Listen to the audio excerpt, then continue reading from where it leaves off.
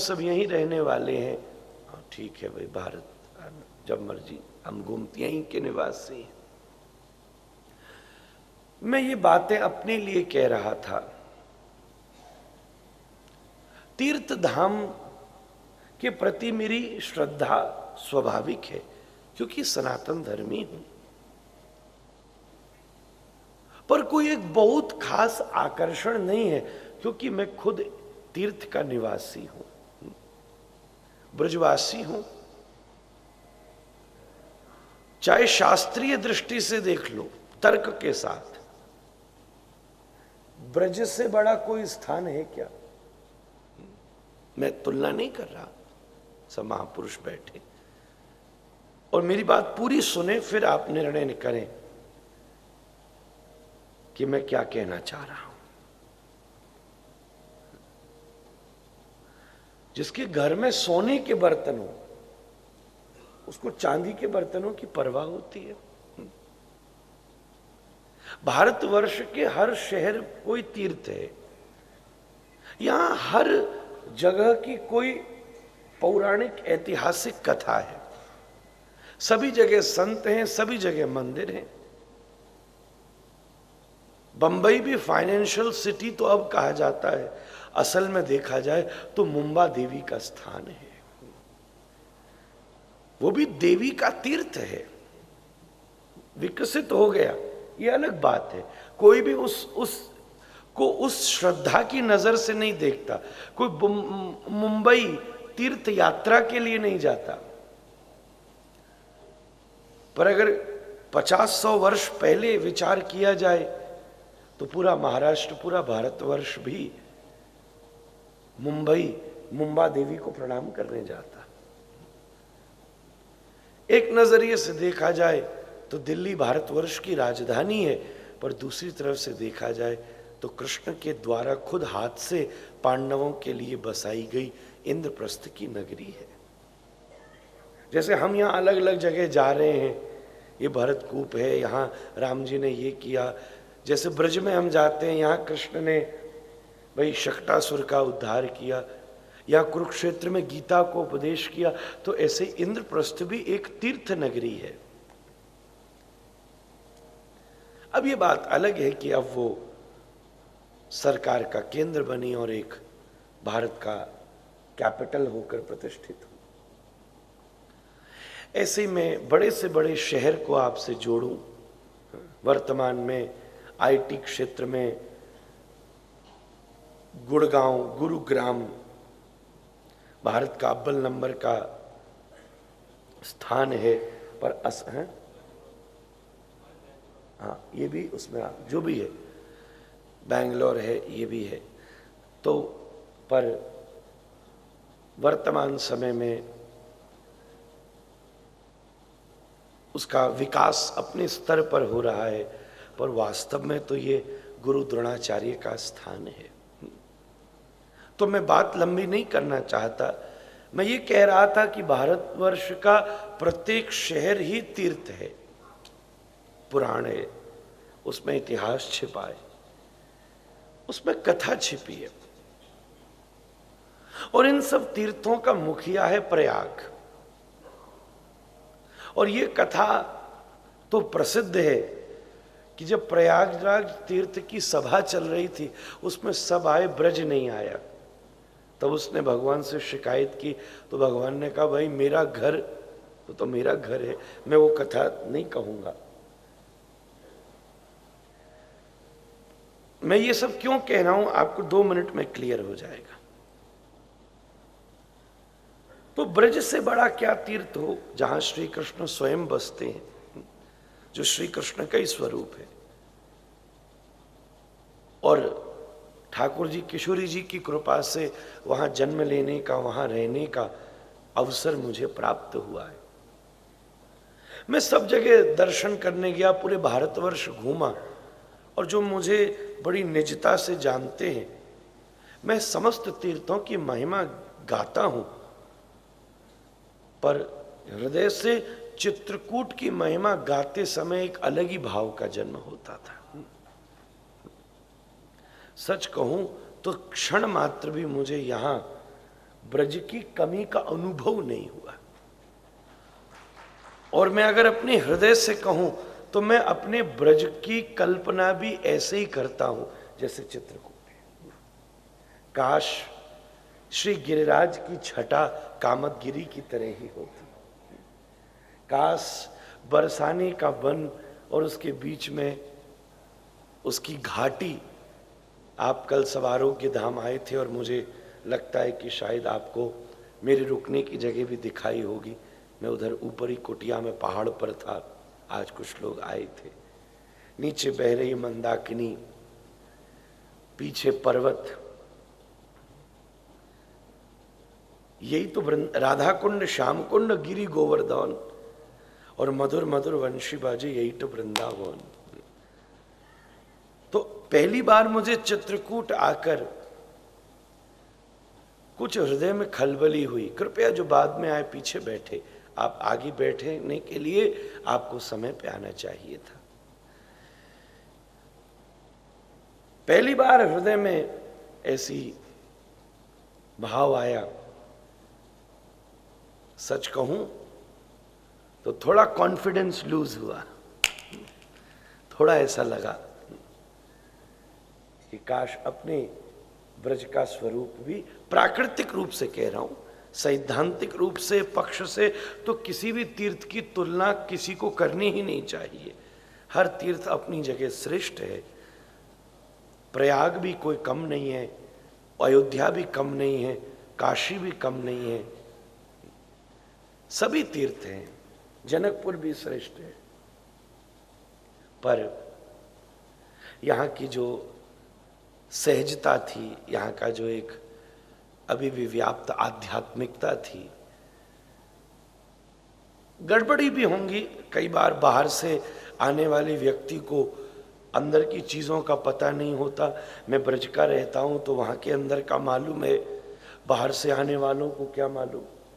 पर एक जो प्राकृतिक वातावरण का स्वरूप है, मंदाकिनी की पवित्रता है, वृक्षों की अवस्थिति है, शिखरों की ऊंचाई है, लीला का स्पंदन है। किसी समय पहले मेरे वृंदावन की छटा भी ऐसी सुहावनी होती थी। हम सबका धर्म है कि हम उसके प्रति कोई कार्य करें। पर मैं पहली बार आपसे, मैंने बनारस भी मैं रहा हूँ, गया हूँ, प्रयाग भी मैं गया हूँ, कुंभ आने वाला है, उसमें कथाएं भी होंगी, फिर आऊँगा, पहले भी कुंभ में आया हूँ और सब जगह। अभी बात तो पूरी हो जाए फिर ताली बजाना, बिग मैंने कहा ही नहीं। तो सब जगह आया हूँ तो, पर चित्रकूट का अनुभव एक निरालय अनुभव था। और पहली बार किसी तीर्थ से मेरे हृदय में से ऐसा प्रेम हुआ जैसा प्रेम मेरे हृदय से ब्रज के प्रति होता है। अब बजाइए। कथा में ताली बजाना भी एक बड़ा विवेक है। पता चलता है कि कितने समझदार लोग बैठे। कई बार उत्साह आता है तो विषय के बीच में ही ताली बज जाती। अभी तो आप चढ़ रहे हो, जब बिल्कुल शिखर पे वक्ता पहुंचा दे तब ताली बजे। तो ये चित्रकूट का मिलन स्थान, हम जनकपुर जरूर जा रहे हैं अगले साल, पर मेरे मन में ये निश्चित भाव है कि चित्रकूट फिर दोबारा आके भी पसरा जाएगा। एक बार में मन भरा नहीं, अवसर लगेगा तो फिर ठाकुर जी जल्दी जल्दी यात्रा कराएं, जल्दी जल्दी हम आए। ये पद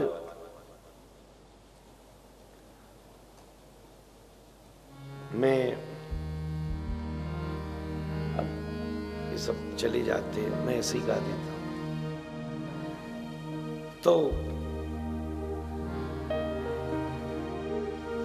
ये पद मैं मात्र ब्रज के लिए बोलता हूं, मात्र ब्रज के लिए। कहीं भी बोलूं ब्रज के लिए ही बोलता हूं। परंतु आज मैं पहली बार ये पद, ये शब्द, मैं ऐसा नहीं कि मैंने कोई अपनी संप्रदाय बदल ली, अपना इष्ट बदल लिया, अपना तीर्थ बदल लिया, नहीं। पहला नंबर तो निश्चित है, पर हां सब्स्टिट्यूट भी होना चाहिए। अगर मैं अपने जीवन में अब कर्म से, धर्म से, जन्म से, विधि से, उपासना से ब्रज का कोई साकी नहीं है, पर हां मैं अगर अपने जीवन में उसके बराबरी पर या उसके दूसरे पक्ष पर या सेकंड ऑप्शन के रूप में, मैंने अपने जीवन में गोपीनाथ जी की बात आप सबसे कही थी। राधा रमण जी मेरे इष्ट हैं, पर मेरा अगर दूसरा स्नेह किसी से है तो वो पुरी में विराजमान श्री टोटा गोपीनाथ से है। कभी कभी इनको हड़काने के लिए उनका नाम लेता रहता हूं, तो ठाकुर जी देख लो फिर। पर ब्रज का मुझे आज तक कोई साकी नहीं मिला था, पर इस चित्रकूट की यात्रा में एक दूसरे ऑप्शन के रूप में तो मैं भाव चित्रकूट के लिए कहना चाहता हूं। तेरी चौखट पे दिन गुजारा करूं, तेरी चौखट पे दिन गुजारा करूं, राधा राधा रमन पुकारा करूं, राधा राधा रमण पुकारा करूं, तेरी चौखट पे दिन गुजारा करूं, तेरी चौखट पे दिन गुजारा करूं, सिया सिया रमन पुकारा करूं, सिया सिया रमण पुकारा करूं, तेरी चौखट पे मैं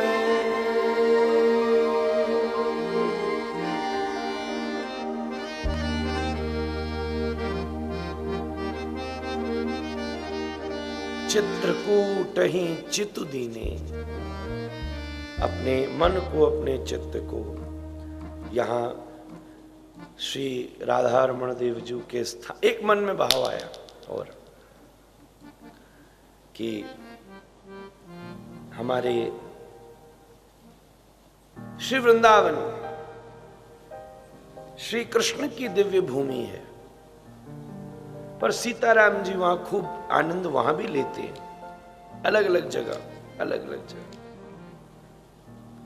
तो चित्रकूट भी अद्भुत भूमि है। यहां में सीताराम जी आनंद लेते तो सब जगह दिखे, पर ऐसा मन में ख्याल आया, कभी ठाकुर जी ने ऐसी कृपा करी तो यहां केवल एक जगह ही बांके बिहारी दिखो हमको। चित्रकूट की भूमि पर श्री राधा रमण लाल भी आनंद लेते फिरे, तो कैसा आनंद।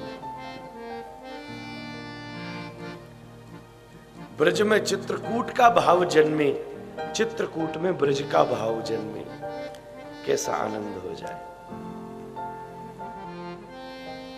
मैं कुछ संकेतों में बात कह रहा हूं, ज्यादा तो मैं क्या कहूं, पर ये तो ठाकुर जी के हाथ में। बंधुओं,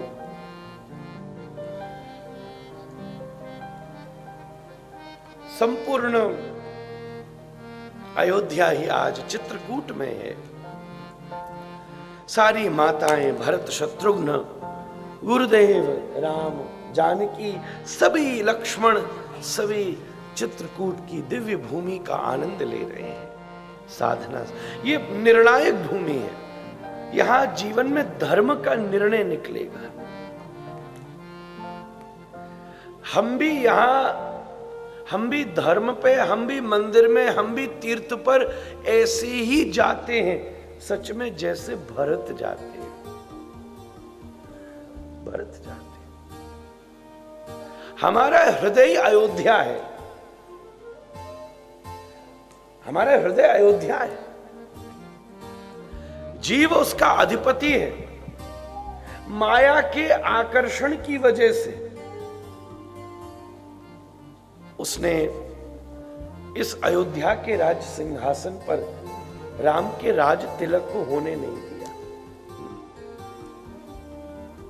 इस अयोध्या के सिंहासन पर राम नहीं बैठे, इस चित्त के, इस हृदय के। ये हम लोगों की, जैसे आज अयोध्या की स्थिति है ना, ऐसे ही हर मानव की स्थिति। ये शरीर रूपी अयोध्या का राज सिंहासन ही ये हृदय है। हृदयस्थम कुरु केशव।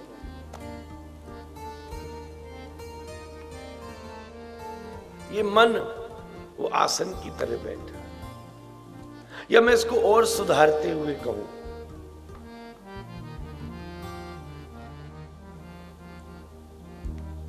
इस शरीर का अगर कोई सबसे प्रधान वस्तु है तो बुद्धि है, उसके अनुसार शरीर चलता है।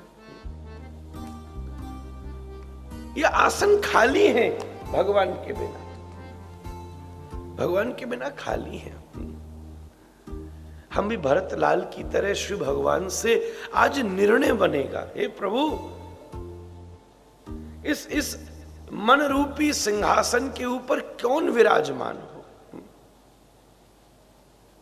और सच्ची बात है, ये जीवन सार्थक हो जाएगा अगर इस अयोध्या के सिंहासन पर श्री ठाकुर जी की निज पादुका अवस्थित हो जाएगी। बंधुओं,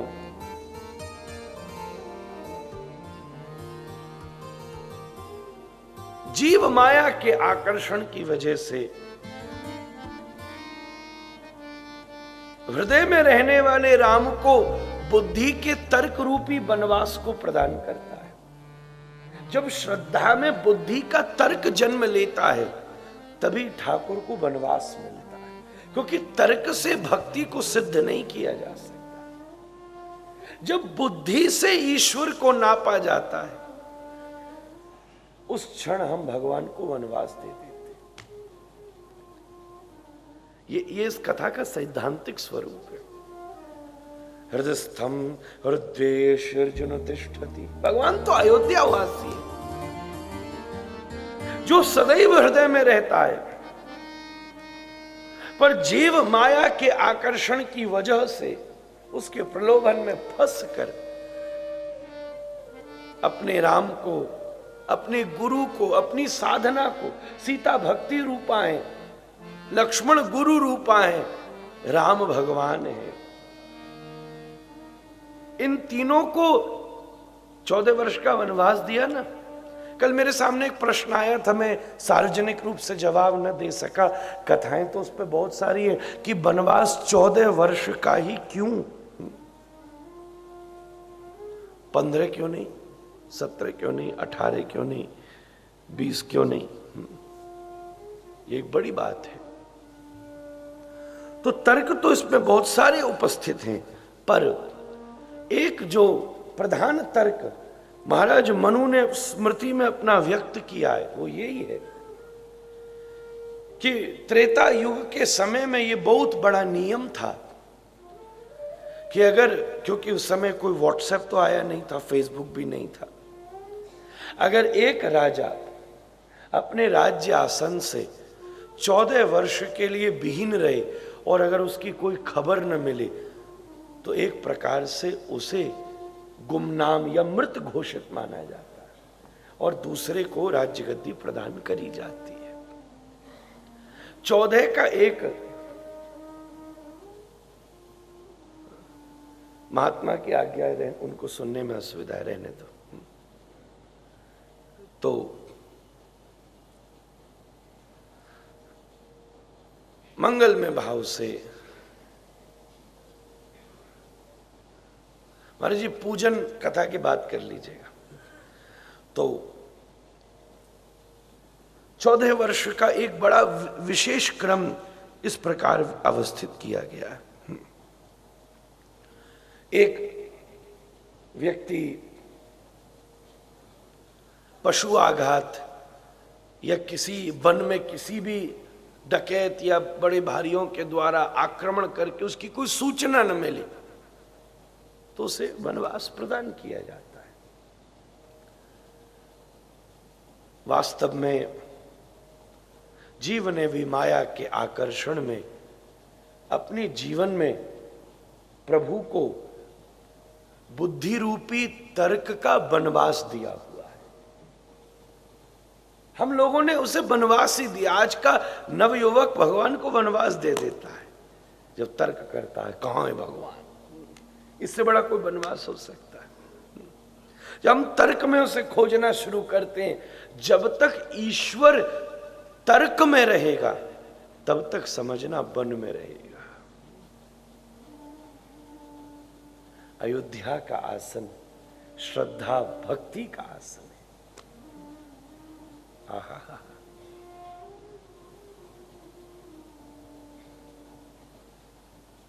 वो यहां बैठता है और हम यहां खोज रहे हैं। बड़े महाराज श्री सुंदर बात कहते थे। हम अग्रवाल जी से कहें, अग्रवाल जी यहां से आप दिल्ली आ रहे हो, हम भी पहुंचेंगे, भैया मिलना। ठीक, आप भी गुड़गांव होंगे, आप भी गुड़गांव, मिलना। ठीक, जाने से पहले अबू धाबी हमसे मिलना। ठीक, अब आज पहुंचे, कल दिन भर निकला, रात में हमने फोन किया, अग्रवाल जी कहाँ थे भाई? हम दिन भर घर अपना खोलकर आपके इंतजार में बैठे रहे, आप तो आए नहीं। ये बोले महाराज जी कैसी बात करते हो, मैं भी कहीं नहीं गया, मुझे इतना काम था घर जाने से पहले, आप आए नहीं। ओहो भूल हो गई। मिलना हम भी आपसे चाहते थे, मिलना आप भी हमसे चाहते थे, पर यह निर्णय नहीं हुआ कि आप हमारे पास आएंगे कि हम आपके पास आएंगे।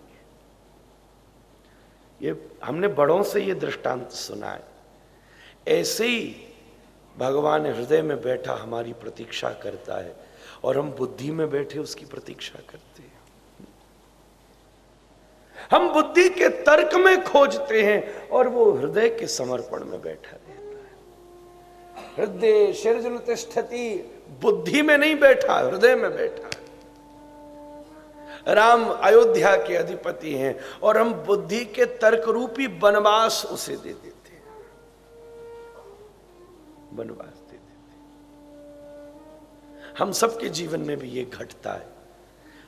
इसलिए आप चित्रकूट आज उसी निर्णय से आइए, भरत बनकर आइए। मैं सोचता था पहले दिन ही ये बात कहूं, पर मैं भूमिका में कह नहीं पाया, पर आज इसका निर्णय निकलेगा। अयोध्या का हृदय आसन और वन में रहने वाले वनवासी राम, भरत आज इसका संचालन करेंगे। राम तो अपना नियम पूरा करके ही लौटेंगे। हम सबके पास भी अवकाश है। यह आसन खाली है, तर्क की वजह से राम बुद्धि पर खड़े हैं। आसन खाली रहा तो मालूम नहीं इस पर कब माया अपना आधिपत्य कर ले। इसलिए सदगुरु का आश्रय लेकर, इसलिए जब तिलक लगाया जाता है ना, ये तिलक क्या है?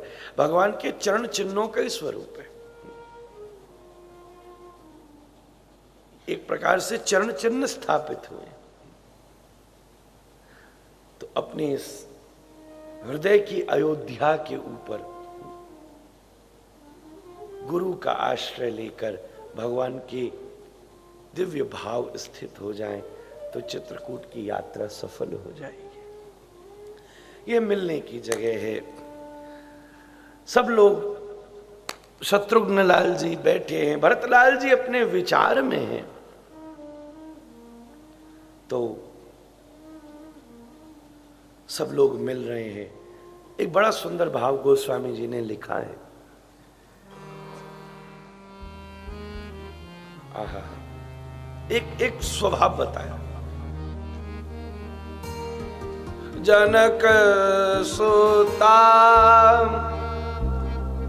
तब और धार धीरा जनक सुता तब धन दीना नील नलिन लोयन भरी नीरा नील नलिन ओयन भरे नीला मिली सकल सासुन सिय जाई मिली सकल सुन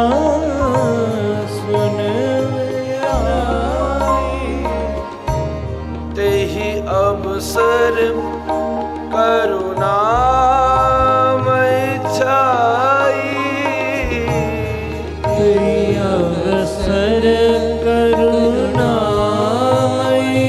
छाई जनक सुता तब उर्धर जनक सुता जब धन मेरा। बड़ी धीर वीर गंभीर होकर जनक सुता आगे बढ़ी। सीता जी, सीता जी को वाल्मीकि जी ने और गोस्वामी जी ने कई जगह जनक सुता, क्योंकि जनक के जैसा अद्भुत गुण उनके हृदय में है।